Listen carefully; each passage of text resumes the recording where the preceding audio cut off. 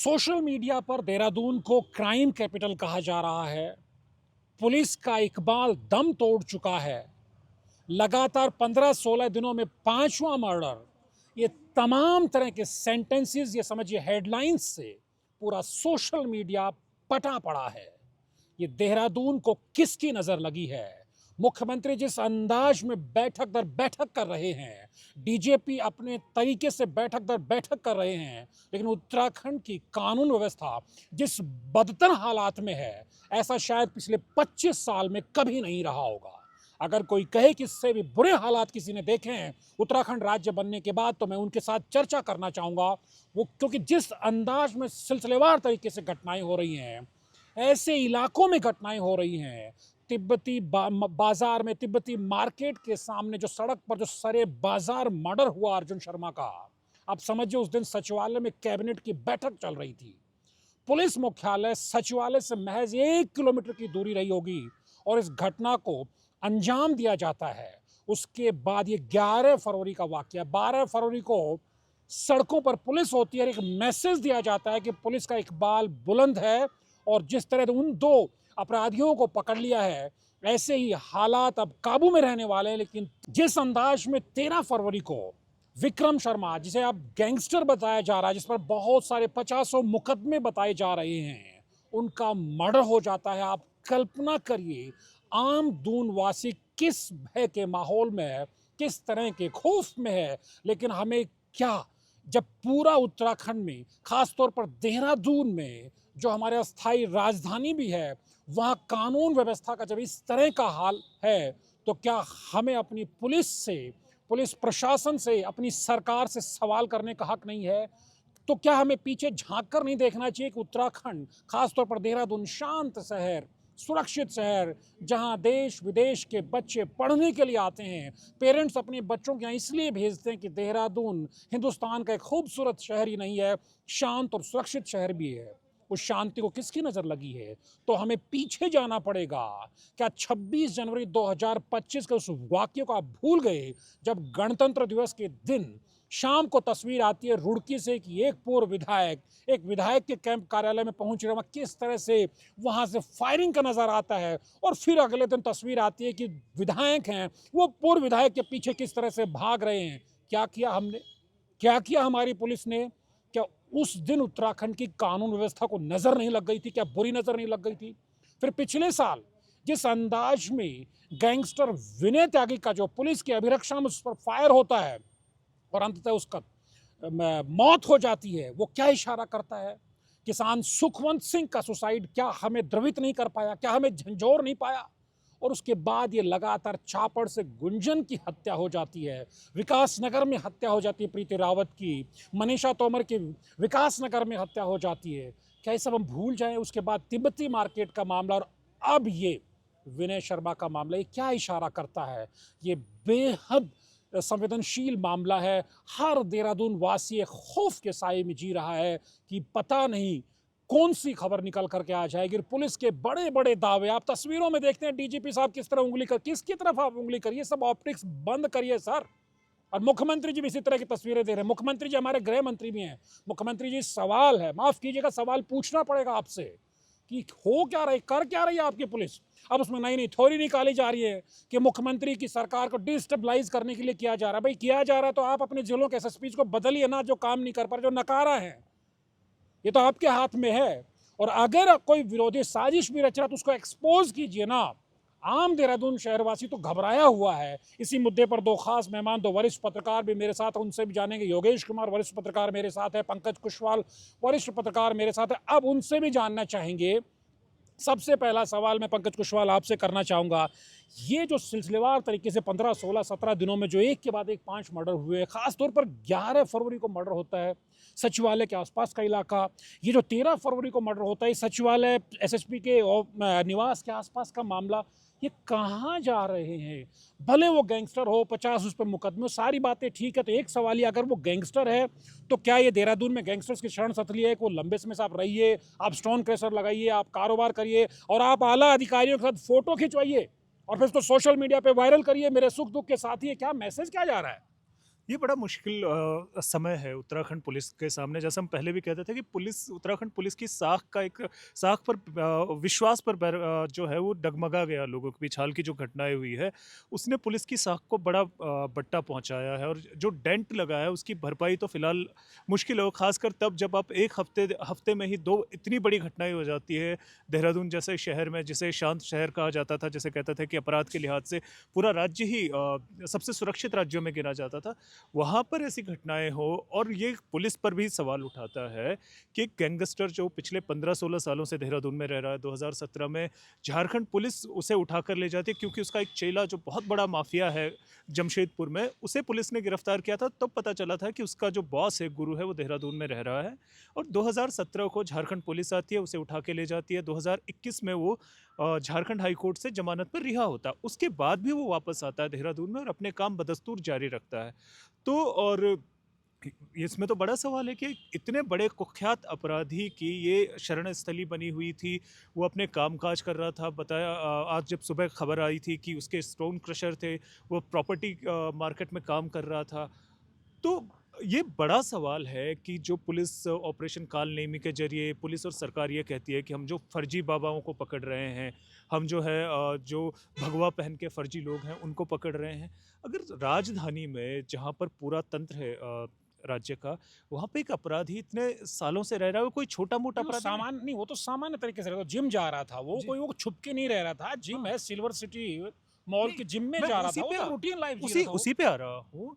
तो इसका मतलब क्या है कि आपने बना रखा है शरण स्थली कि अगर वो 10-12-15 सालों से रह रहा है, तो आपने सरकार ने हो या फिर पुलिस ने हो बनने दिया ऐसे शरण स्थली। अगर उसे उस समय ही उस पर कार्रवाई होती, धड़ाधड़ उस पर कार्रवाई होती, कई बार करते हैं, जिला बदर तक की कार्रवाई होती है, उस तरह के लूप होल्स ढूंढते। और उसके बाद है कि आपके शहर में एक बड़ा कुख्यात अपराधी रह रहा है, आपका इंटेलिजेंस नेटवर्क होता है, आपके मुखबिर होते हैं, और आपको पता नहीं चल रहा है कि खासकर तब जब आपकी साख पर ऐसा बट्टा लग चुका है कि दिन दहाड़े सचिवालय से कुछ दूरी पर एक हत्या हो जाती है, उसके तीसरे दिन जो है एक और हत्या हो जाती है। तो इसमें आपका इंटेलिजेंस नेटवर्क भी तो होगा, आपके मुखबिर होंगे जिन्होंने, क्योंकि अपराधी तो एकदम नहीं आए और गोली मार के चले गए, रेकी की होगी, उन्होंने पूरा जायजा लिया होगा।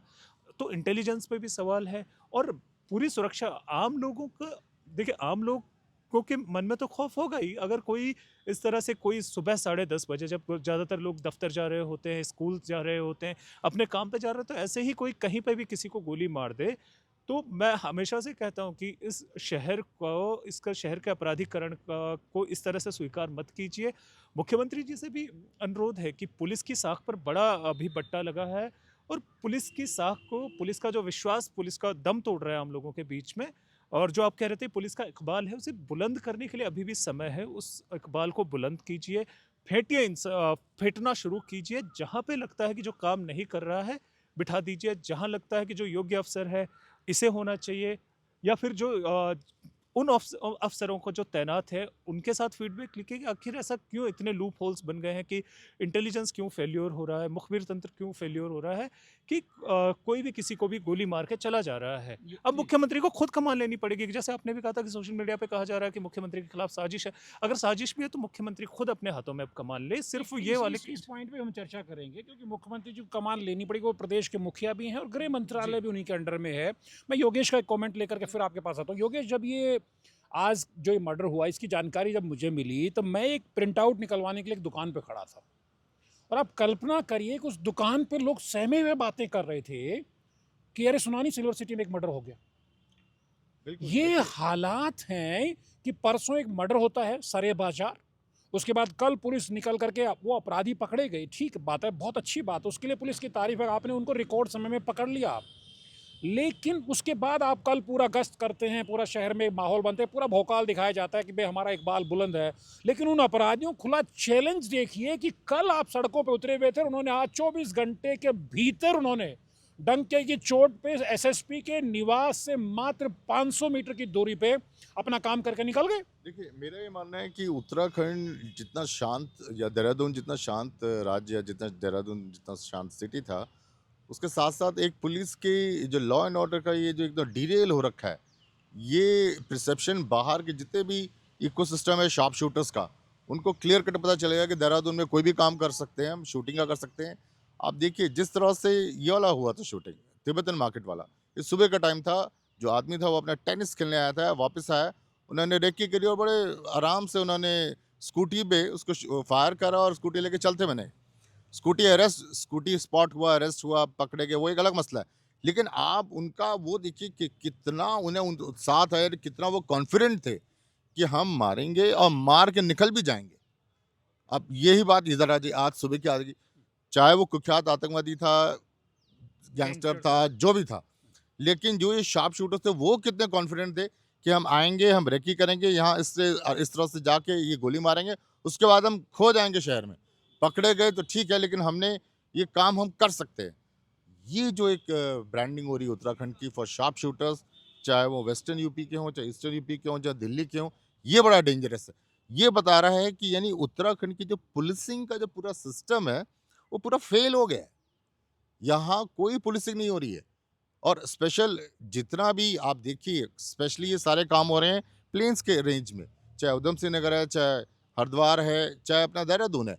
पहाड़ में अभी ऐसा इतना इतना बड़ा कोई अब लफड़ा नहीं चल रहा है, लेकिन मतलब ये हुआ कि देहरादून में ज़मीन के बहुत मामले हैं, उधम सिंह नगर में बहुत मामले हैं, बड़े बड़े मामले जिनमें करोड़ों रुपए के लोगों के स्टेक पे है। तो यानी अब क्या हो रहा है कि यानी अपने मामले सेटल करने के लिए लोग बाहर से लाए जा रहे हैं, उन्हें पिस्टल दी जा रही है और वो डे लाइट मर्डर्स कर रहे हैं और टारगेट हिट कर रहे हैं, और हम यहाँ बैठे हुए हैं। यहाँ अगर हम बात करें इतने लोग हमने पकड़ लिए, इतना हम ये कर, वो सब बकवास है।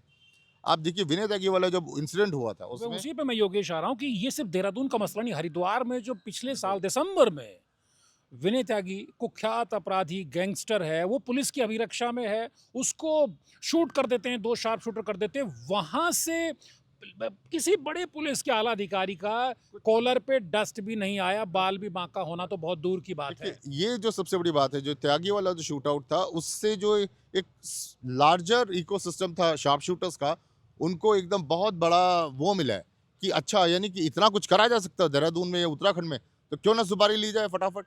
तो ये जो त्यागी वाला जो मर्डर था, उससे इतना बड़ा मैसेजिंग चलेगी बाहर।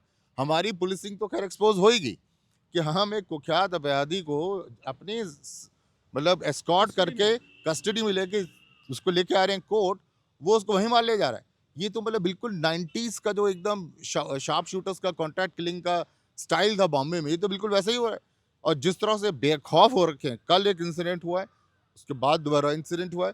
ये छोड़िए, हल्द्वानी में जो 2 डबल मर्डर हुआ था, उसमें उन्हीं के जानने वालों ने मारा, वो एक अलग मसला है, लेकिन उनको पुलिस की एक रत्ती पर भी डर नहीं था, इसका मतलब। नहीं, उसमें उसमें एक और इंटरेस्टिंग अरे चीज तो है, वो आपने सही निकाला कि वो जो हल्द्वानी वो जिस मंडी में बैठे हुए थे, वो सब नशे के गिरफ्त में युवा थे, वो सब नशा कर रहे थे, उसमें वो बच्ची भी शामिल थी। किस तरह से जो सरकारी प्रॉपर्टी है उसके अंदर कोई गार्ड नहीं, कोई उसमें देखभाल नहीं, वहां पे नशा कर रहे हैं, पार्टी कर रहे हैं, फिर मर्डर कर रहे हैं, डबल मर्डर कर रहे हैं। देखिए ये जो नशे वाली बात है, ये तो देहरादून में भी एप्लीकेबल होती है। देहरादून में जितना नशा परोसा जाए, पहाड़ में जितना नशा परोसा गया है एक बड़े सिस्टमेटिक सिंडिकेट से, उस पर तो अंकुश लगा है नहीं लगा, ये अभी पंकज भाई बताएंगे। लेकिन हल्द्वानी में जो मंडी है वो मैंने देखी हुई है, वो एक ऐसी मंडी नहीं है कि कहीं फार फ्लंग एरिया में हो, बिल्कुल सही जगह है जहाँ लोग होते हैं। अगर वो नशा करने का हॉटस्पॉट बन गई है, ये बहुत डेंजरस बात है। और उस नशे में उन्होंने उसके कितनी बर्बरता से उन्हें पत्थर से उसके मुंह में मारा है, यानी उनको कोई पुलिस का कोई डर नहीं था। और नशा उस जगह करने का मतलब ये है कि पुलिस का तो उन्हें पता ही नहीं था पुलिस हमारा कुछ कर पाएगी। तो मेरा जो मानना है वो ये है कि जो पुलिसिंग है वो बहुत डीरेल्ड हो गई है, बड़ी डिस्टर्ब्ड है, और कोई पुलिसिंग नहीं हो रही है डिस्ट्रिक्ट्स में।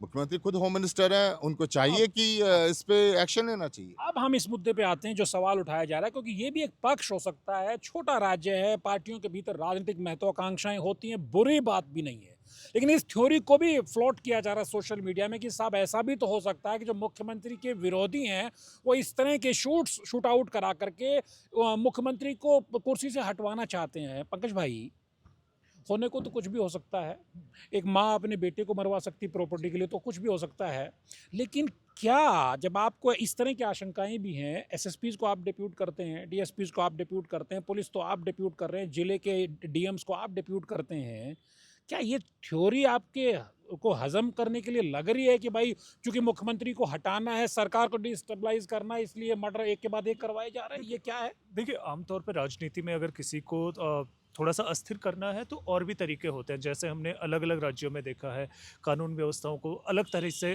प्रभावित किया जाता है, जिससे लोगों में खौफ आ जाता है, गुस्सा आ जाता है। लेकिन ये जो हत्याएं हैं, ये खुले तौर पे पुलिस को चैलेंज था कि ठीक है, तुमने पहले भी नहीं पकड़े, अब भी नहीं पकड़ोगे। अच्छा, इस मामले में मैंने हाल के इतने सालों में देहरादून में देखा है कि यहाँ पे पुलिस का जो क्राइम होने के बाद पुलिस जब एक्शन में आती है तो बहुत अच्छी कार्रवाई करती है कि उन्होंने धरपकड़ बहुत जल्दी करती है, रिकॉर्ड टाइम में धरपकड़ करती है, कुछ अपवादों को छोड़ के, और रिकॉर्ड टाइम में धरपकड़ करती है और उन्हें बिल्कुल उनकी परेड भी की जाती है, ये सब।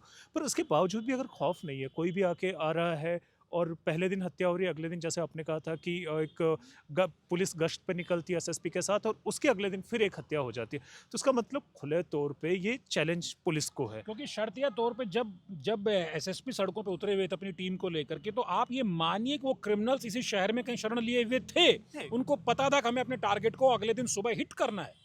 हाँ, बिल्कुल। अब इतने बेखौफ थे। आमतौर पर जो थ्योरीज होती है कि आज पुलिस बहुत एक्टिव है, तो तो भाई थोड़ा हाँ, चोर भी चोरी करने से हाँ, पीछे हटता है। माना ये जाता है कि नहीं यार, अभी थोड़ा सा माहौल गर्म है, और ऐसे में इन हत्यारों को उस समय पर ये करना है, तो खुला चैलेंज पुलिस को है।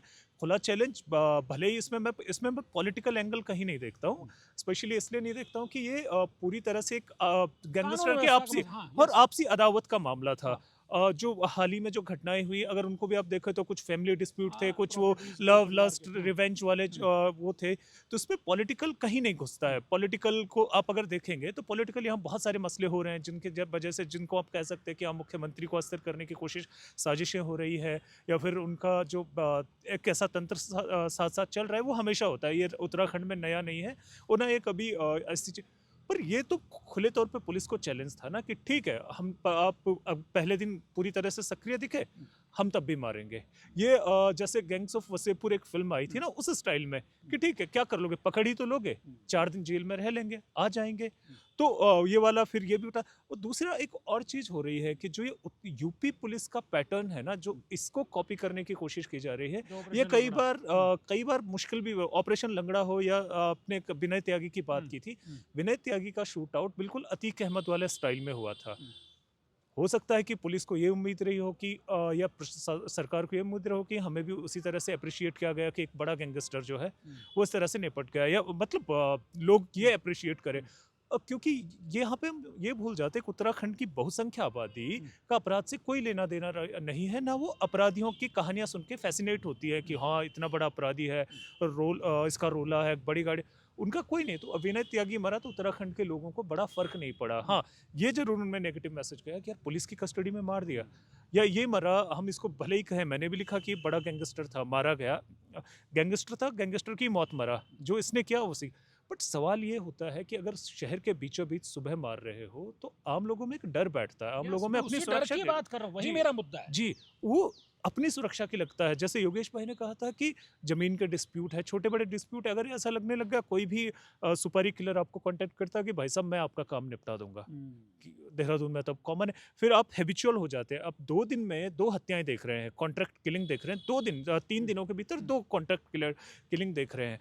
तो ऐसे में क्या, लोग भी हैबिचुअल हो जाते हैं, लोगों को भी लगता है कि हाँ, ऐसा ही होता है सामान्य। और इस शहर को, इस राज्य को ये आदत ना लगे, इसके लिए बहुत ज़रूरी है कि जो पुलिसिंग में बहुत बड़े रिफॉर्म किए जाएं, पुलिसिंग को थोड़ा सा और टाइट किया जाए, और आज के चैलेंजेस के हिसाब से प्रिपेयर किया जाए पुलिस को। हाँ, भाई, बिल्कुल आज के प्रिपेयर आपके चैलेंज प्रिपेयर अलग हैं। और एटलीस्ट ये तो पूछा जाए कि जो आपका इंटेलिजेंस था, आपका मुखबिर तंत्र था, क्योंकि पुलिस को हमने भी देखा है कि उन्होंने कई बड़े ऐसे मामले हैं, अगर आप आतंकवादियों को आतंकवादी घटनाओं से पहले ही ट्रेस करके पकड़ लेते हैं, वो भी तो आपका मुखबिर तंत्र है। अरे आप पंकज 10 भाई, 10 यहाँ ग्राम स्मैक को पकड़ लेते हैं आप। अरे पंकज भाई, यहाँ राष्ट्रपति का दौरा था और हाँ। यहाँ राजपुर रोड पे ज्वेलरी शोरूम में 15 करोड़ की डकैती हो गई भाई, इसी तो देहरादून में। इसी बताइए ना। और उस वक्त आप कार्रवाई कर देते तो शायद ये अपराधियों के हौसले बुलंद नहीं होते ना, बेखौफ नहीं होते ना। बिल्कुल। देखिए, मैं जो भी इंस्टीट्यूशनल इनकाउंटर होते हैं, पुलिस द्वारा इनकाउंटर्स होते हैं, मैं उनका बड़ा सपोर्ट में नहीं हूँ। लेकिन ज़रूरत क्या है कि जब वक्त ऐसा आ जाए कि जब पुलिस को बताना पड़े कि हाँ, यह अपराध करने के अंजाम कितने बुरे हो सकते हैं, क्योंकि अपराधियों को पता होता है कि हमारा जुडिशियल सिस्टम कैसा है। यही अपराधी जो आज मारा गया गैंगस्टर 30 हत्याओं के मामले के बाद 50 से ज़्यादा मुकदमों के बाद 2017 में जेल जाता, 2021 में बाहर निकल जाता, तो अपराधियों को पता है कि जुडिशियल सिस्टम के लूप होल्स क्या हैं, वो तो उस तरह से बेखौफ रहेंगे। हाँ, पुलिस या क्रूरता का अगर उन्हें थोड़ा सा खौफ हो या पुलिस का थोड़ा सा खौफ बैठ जाए मन में, तो शायद ये देहरादून में या राज्य के किसी भी कोने में ऐसा करने से सोचे। पर ये पुलिस को करना होगा, सीएम को खुद। अब ये सिर्फ फोटोज रिलीज करना या हाँ कि सीएम अब बहुत कड़े उसमें आ गए हैं, अब कोई ऐसा एक्शन लीजिए कि जो दिखे कि हाँ आप बहुत इससे बहुत व्यथित हो गए हैं और लोगों के मन में पुलिस के प्रति भी लोगों का विश्वास जो है वो दोबारा बहाल हो सके। वरना एक कोई केशव थलवाल नाम का लड़का है, वो कई महीनों से पुलिस की ऐसी तैसी कर रहा है, सोशल मीडिया पे वीडियो बना के। एक बाजपुर हाँ, बाजपुर से वीडियो भी और आ गया कोई है। भी मतलब पुलिस के आज क्या हो गया कि लोग पुलिस को उस तरह से नहीं देख रहे थे जो पहले डर और सम्मान की दृष्टि से अगर न कहे तो एक खौफ था। पुलिस के खड़े होने का मतलब था कि नहीं यहाँ पे ये नहीं करना है, या पुलिस थाने के होने का मतलब था कि नहीं यार जल्दी पकड़े जाएंगे। आपको पकड़े जाने का भी खौफ नहीं, आपको आप सीधा मार दे रहे हैं। तो यहाँ तो राज्य के प्रति मैं भी थोड़ा चिंतित हूँ। राज्य के प्रति हम सब चिंतित हैं, यही हमारा मुद्दा है, राज्य में शांति व्यवस्था रहे। योगेश, आखिरी सवाल आपसे लेना चाह रहा हूँ, ये जो एक थ्योरी ये भी चल रही, क्या मुख्यमंत्री को डिस्टेबलाइज करने के लिए इस तरह के ये क्रिमिनल प्लॉट रचे जा सकते हैं? आप इस थ्योरी को बाई करते हैं क्या? देखिए, पॉलिटिक्स में हर चीज़ होती है, ठीक है, लेकिन ये जो अभी इंसिडेंट्स हुए हैं, इससे बहुत ही फैमिली और बहुत ही पर्सनल मैटर्स इमर्ज हुए हैं। इसमें ऐसा कुछ नहीं है कि पॉलिटिक्स या पूरा गवर्नमेंट को डिस्टेबलाइज करने की बात हो रही है। गवर्नमेंट तो ऑब्वियसली डिस्टेबलाइज होगी जब इतने बड़े बड़े मर्डर हो गए, लॉ एंड ऑर्डर बिखरेगा। क्योंकि ये तो सबको क्लियर है कि जो कल वाला वो तिब्बतन वाला इंसिडेंट था, उसमें जो माँ थी उसी ने सुपारी दी थी बच्चे की। अब ये जो है इसमें भी कुछ निकलेगा। मेरा जो इम्पोर्टेंट जो पॉलिटिकली कनेक्टेड भी हो जाएगा वो ये कि इसका मतलब ऐसा लग रहा है कि उत्तराखंड में लॉलेसनेस बढ़ रही है, और लॉलेसनेस बढ़ रही है तो वो ऑटोमेटिकली पॉलिटिकली सीएम को इफेक्ट करता है। अब चाहे वो लोग अरेस्ट हो जाएं, चाहे कुछ भी हो जाए, मुझे नहीं लगता पॉलिटिकली उन्हें जो डेंट होना था वो तो हो रहा है, उसमें तो कोई बात ही नहीं है। क्योंकि जो उनके विरोधी हैं वो तो लॉलेसनेस की बात करेंगे कि ये तो लॉलेस हो गई, जो देहरादून ही लॉलेस हो गई, तो यही कहेगा, Opposition तो यही कानून कहेगा। वैसा ठप है। और ये एक नैरेटिव ऑटोमेटिकली बिल्ड हो जाता है। जब ऐसे डबल मर्डर हो रहे हैं, मर्डर्स हो रहे हैं, कभी गला दे दिया जा रहा है, ये सब क्या दिखाया जा रहा है? एक पक्ष तो यही है कि पॉलिटिकली ये इम्पैक्ट करे, दूसरा ये भी है, मेरा मानना है कि सोसाइटी में भी ने क्रिमिनलाइजेशन ऑफ माइंड साइकी काफ़ी बढ़ रखा है। देहरादून में जितना गैंग्स और वसेपुरीकरण हो रखा है, इसके हम आउटपुट देख, उसके फुटप्रिंट्स देख रहे हैं कि लोग कह रहे हैं मार देंगे, हम एक गोली चलाएंगे मार देंगे एकदम। हल्द्वानी में था मार दो सर, इसका सर ही तोड़ दो।